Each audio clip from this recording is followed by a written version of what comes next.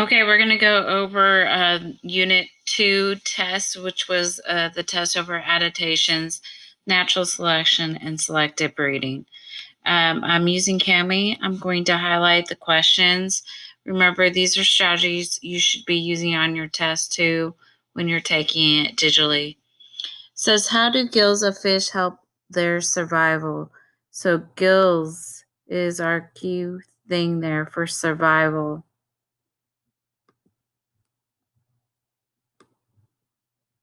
Okay. So we're going to read through each of the answer choices. It says gills allow fish to break down water into oxygen and hydrogen. B, gills allow fish to process energy quicker so they can move faster. Or C, gills allow fish to breathe in air and water. Or D, gills allow fish to use oxygen dissolved in the water. And that is the correct answer. We did a question like this on our review. So if you had done your review and watched the video or listened to us go over it, you would have had that answer. Number 2, which of the following adaptations help birds fly? So I'm looking for adaptations helps birds fly. Okay, so it says F, they have more fat than most animals, so they fly for long distances. G, they have hollow bones, so they are lighter. H, they have smaller blood vessels, so their heart have to work less in flight. And J, they have larger stomachs, so they can absorb food faster. And remember, the question is, what helps them in flight? And remember, we talked about this in class a couple times, and it was in our anchor chart. They have hollow bones. Remember, that's why dogs cannot eat chicken or turkey bones, because they are hollow and they can splinter in their stomach. Number 3, sharks and dolphins are both animals that live in the ocean. Dolphins, like the other marine mammals, frequently come above water for air to get needed oxygen. Okay, so I feel like maybe that will be something I need to know. The dolphins come for oxygen.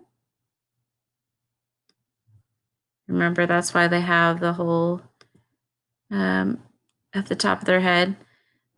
Sharks, like many other fish, never have to leave the water for air. And remember, they have like the gill type structures on the side.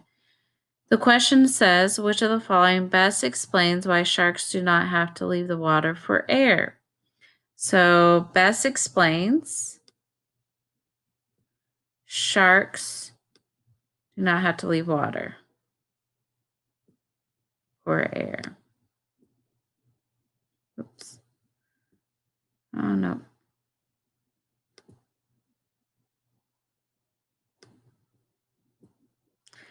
Okay.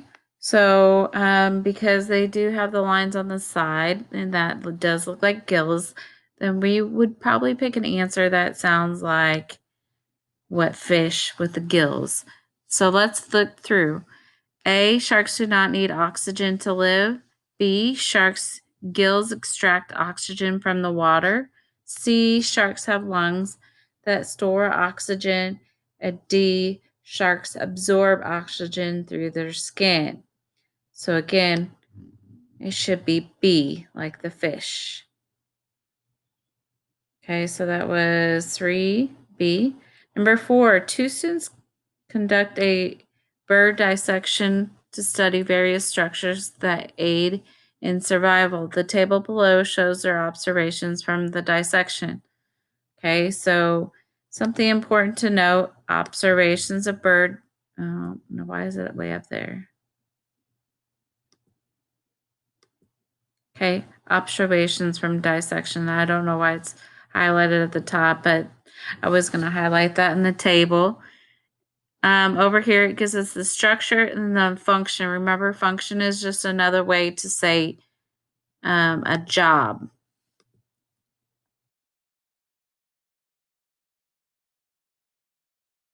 Okay. The question asks us, Based on the observation, what type of adaptations are being described? So we're trying to figure out what type. And I like to kind of look at the table and the question at the same time. So here's some functions. It's talking about hollow bones, lungs, flight muscles, and fused bones. Okay. So hollow bones are inside. Bones are inside of the bird. So most of these things sound like it's inside just by looking at it.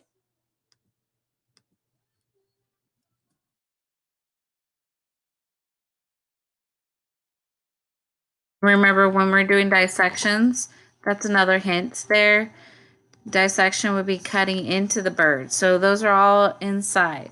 So our answer choices is F, internal adaptation, G, external adaptations, H, behavioral adaptations, or J, chemical.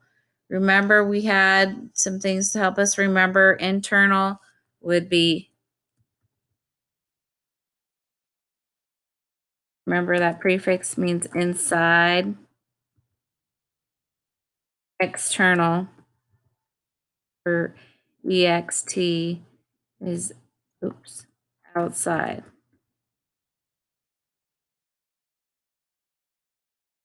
Okay, so that means I should have picked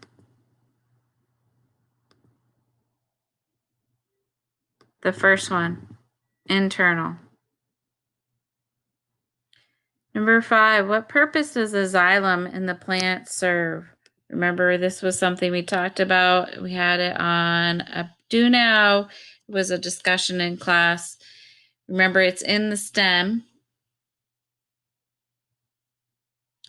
It's inside the stem. I'm looking for my text box. I'm sorry. Inside of the stem of the plant. And remember, the roots is where it absorbs water from the ground and nutrients. Okay, so the stem is going to carry those things to the leaves. Remember, in the leaves is where we actually have photosynthesis happening. So we would not choose A for this one. We would say transport of water and minerals because plants make their own food in their leaves. That stem does not need to transport it. So the B, transport of water and minerals. C, anchors the plant to the ground. That is the roots. And D says transforms energy through photosynthesis. We're going to learn about that, but photosynthesis happens in the leaves in the chloroplast where we have chlorophyll. So we'll talk about that right after Thanksgiving break. Okay, number 6, it says for the different types of finches that inhabited the Galapagos Islands are pictured below. Which of the following best explains the difference of traits between the finches? And this question should look very similar to a lot of different questions we asked and talked about in class.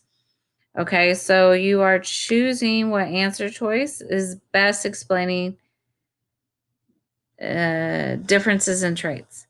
So F, the finches originated from different types of birds for each arrived at the islands at different times. And we remember we did the reading about the finches, and they were all on the islands, but the islands were all a little bit different.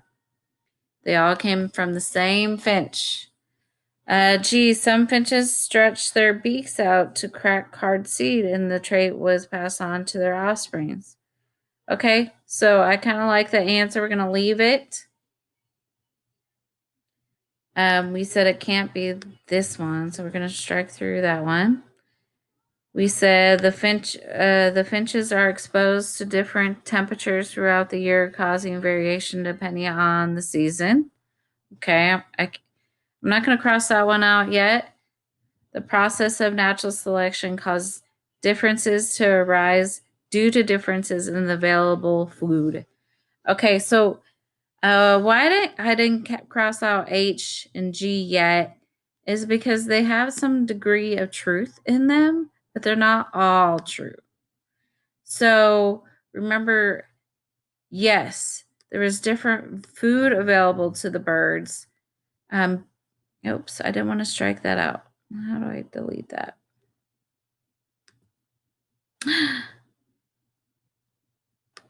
Okay, sorry, I had technical difficulties. I got it fixed though. So J, the process of natural selection caused differences to arise due to differences in available food.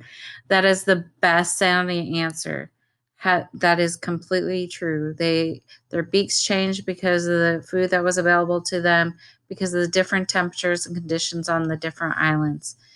Number 7, the Galapagos Islands are home to a variety of finches. So another finch question. Charles Darwin, remember he's our natural selection scientist, observed the finches on the island and noticed that each species was well suited to the life it led.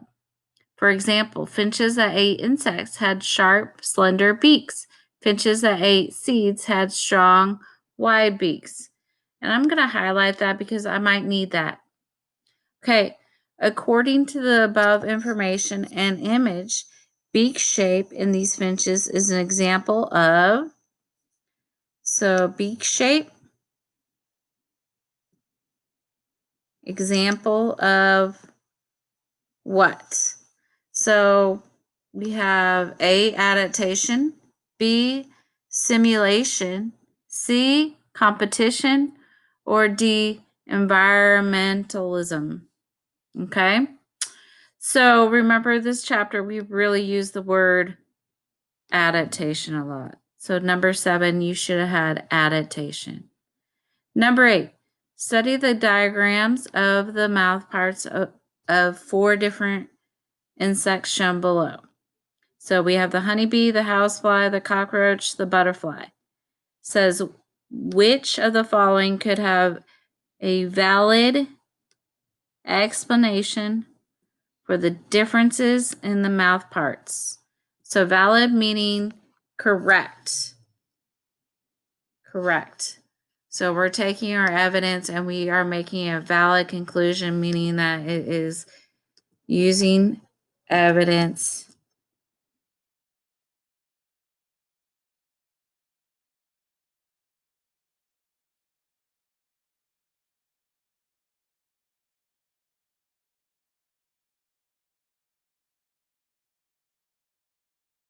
Okay.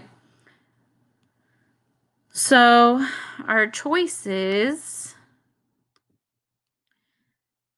says the insects each have different climates in which they live, requiring different type of feeding method. Okay. Well, that kind of sounds like it could be true. So we're going to leave that intact for now. The mouth parts have modifications that are adapted to the insect's method of feeding. Okay, that sounds like it could be true too, because remember their mouth is to eat, and it sounds a lot like the finch answer. Okay, so I'm not going to cross out either one of those yet. The mouth parts varying depending on the insect's wing to body length ratio. Okay, that just sounds weird, so I'm going to cross through that. I definitely know it's not that one. The mouth parts are varied so that there is not competition within a single species of insects.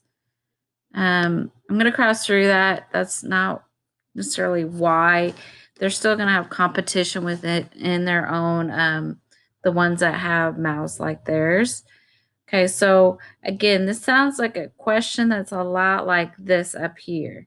And remember, with the finches, we said the process of natural selection caused differences to arise due to the differences in available food. Okay, so if I was still struggling with this, that's when going back and looking at your previous test questions might give you a clue. So the first one said the insects had different climates in which they live, requiring a different type of feeding method. Okay, that one's not really talking about, doesn't have this word adapted and the method of feeding is really why I like this answer better. So your answer should have been G.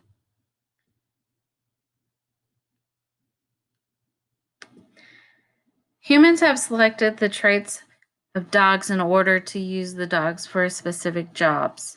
Which picture below has the most likely was most likely bred to carry large amounts of mass in extreme cold environments, I'm sorry. Okay, so we are looking for carry large amounts of mass. Okay, so carry big things is what that's telling me. And it is in extremely cold environments.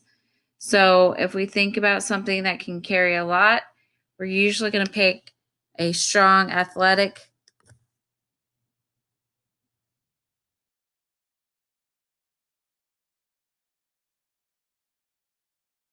okay, something strong and athletic.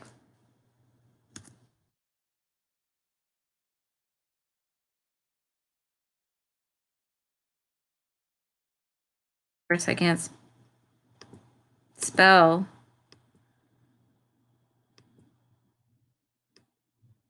So I'm just going to strong.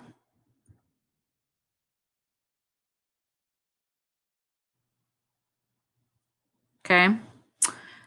And it has to be for cold environments. So right away, hopefully you recognize right away, the dog that best suited for cold environments, and it looks like it's a decent size, is this one right here, which is the Samoa dog or the Sammy dog.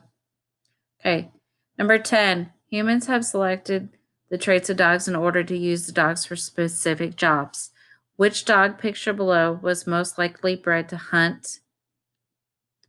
So we're looking for bred to hunt small burrowing animals.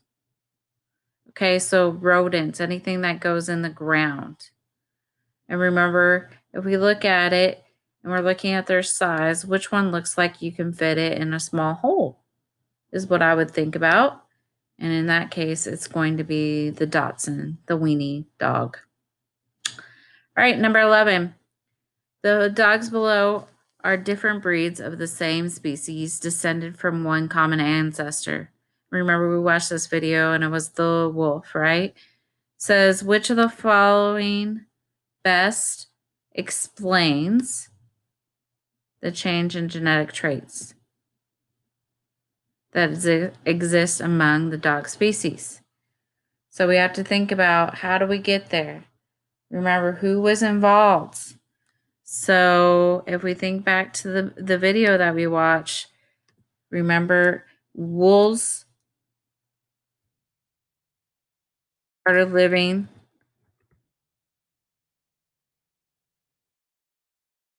with humans. There's a beneficial relationship between wolves and humans. Remember, the wolves protected the humans from other wild animals and helped them do tasks. And then the wolves got fed a consistent meal from the humans and a place to live. Okay, so if we look at our answer choices, it says A, natural selection develops stronger, faster dogs. B, genetic disorders slowly change the dogs over time.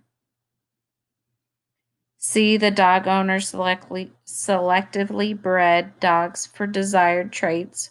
Or D, dogs change their traits over time to please their owners. Okay.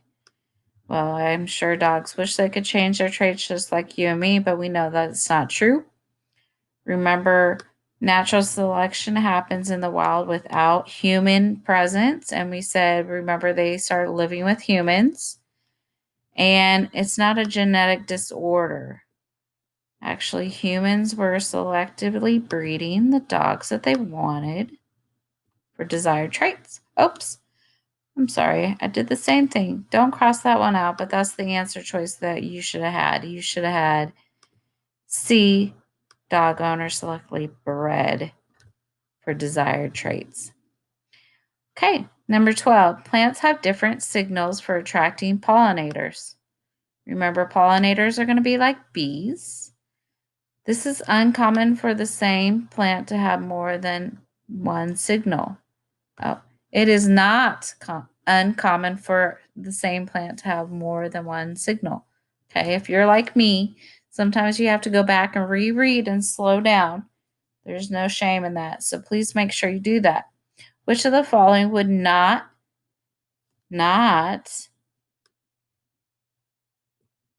be a way in which plants attract pollinators? Okay, not be a way. The presence of barbs. G, specific texture or pattern. H, strong scents. Or J, bright colors. Okay, so I know for a fact that plants can come in bright colors.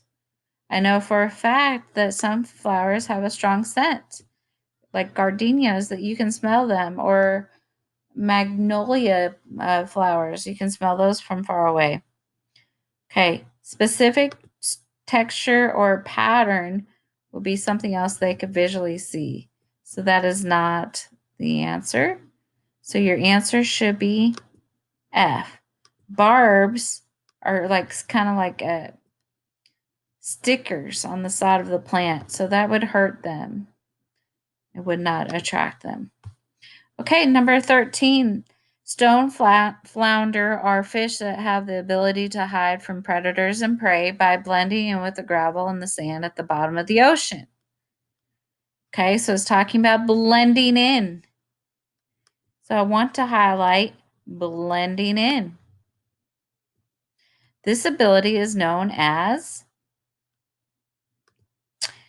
A, natural selection, B, imitation, C, mimicry, or D, camouflage. So hopefully you got them right, you got the answer right away, but natural selection, remember, is an adaptation that happens in the wild. Okay. Imitation is like it's trying to look like something else. And that's kind of what mimicry is also. So those two, B and C, are very similar. So you should have had D, camouflage. Okay. 14. Plant species rely on various methods for seed dispersal. Okay, this means that spreading the seed, getting the seeds away from the plant and carrying them to a new location. Remember, plants can't migrate by themselves. They have to depend on somebody else to carry their seeds. Somebody else or the wind. So which type of seed dispersal? Okay, and we're looking for the type. Most likely would be used by organisms shown in the diagram. So we need to look at this picture.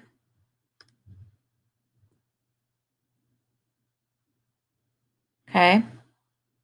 And it looks like it has a bunch of little stickies. It looks like a spur, or a burr, I should say, not spur, a burr. Okay, and I'm sure some of you have got these stuck to your socks. And humans are animals. So you should have picked your answer right away as F, animal dispersal. If you have a fluffy white dog like I do, sometimes when we go for walks, he has those in his fur. Okay.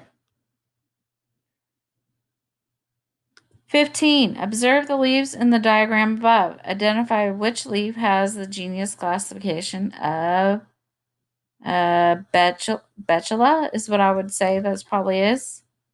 So for this one, the easiest way to tackle this one is to find it in the table. So here I go. Oh, it won't let me highlight up there, but it's 6A right here. It says the leaf has a jagged tooth margin. And remember, the margin is the shape on the edges. Okay, just like a margin of your papers on the edge. Okay, so the only one that looks like it has a jagged tooth is this one. It's the very first one. So you should have picked the first answer. I don't know why it highlighted everything, but you should have had A for that one. Okay, 16. Says use the dichotomous key to determine the correct classification of leaf V, which is this one.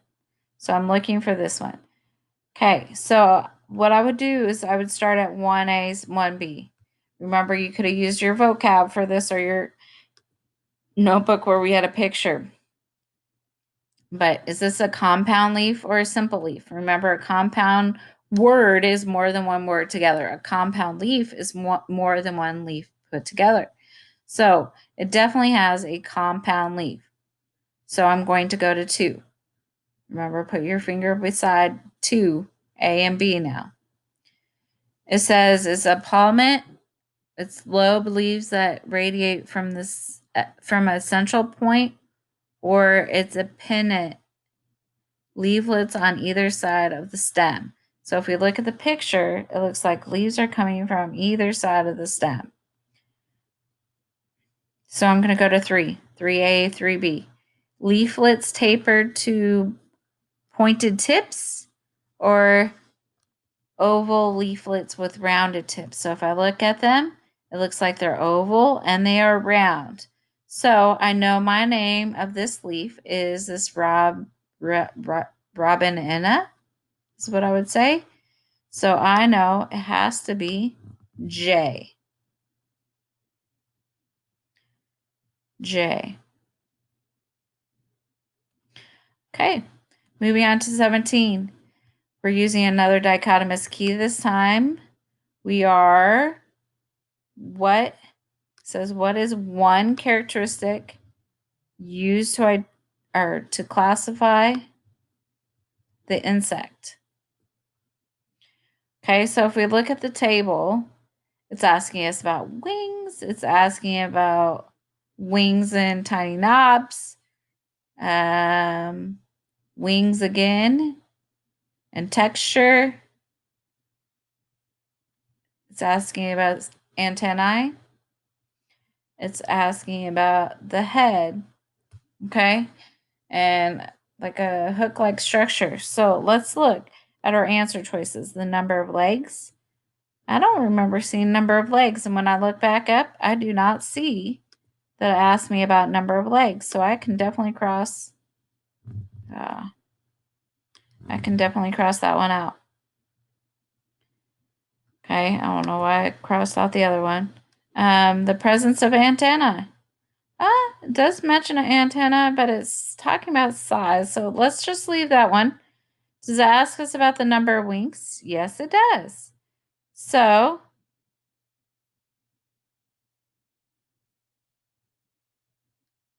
what about the formation of lava? Nope, it doesn't ask us about that. So I can definitely cross that one out for sure. So it's the presence of antennae or the number of wings. And with the antennae, they're actually asking us if it's short and bristly or not short. So I'm going to say our best answer choice for that one then, that is the most correct, is the number of wings. Number of wings. This is how they try to trick you. So you got to be smarter than the test.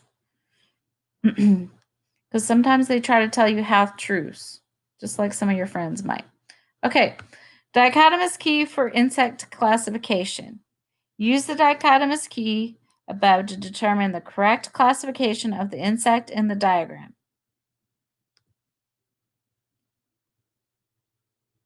So I have to determine the correct classification of the insect. Okay, so that just means I'm going to go through the steps. And it gives us a list of names. So let's go through the steps. Start at 1A, 1B. Put your finger up there. 1A says 1 pair of wings, or does it have 2 pairs of wings? And I count 1 pair. Remember, a pair is 2, like your shoes. So 1 and then 2. So 2 pairs of wings. So I'm going to go to 3. 3A, 3B. Front and hind wings have similar texture. Or front and hind wings do not have similar texture. Okay, so texture is how it looks, and they look the same to me.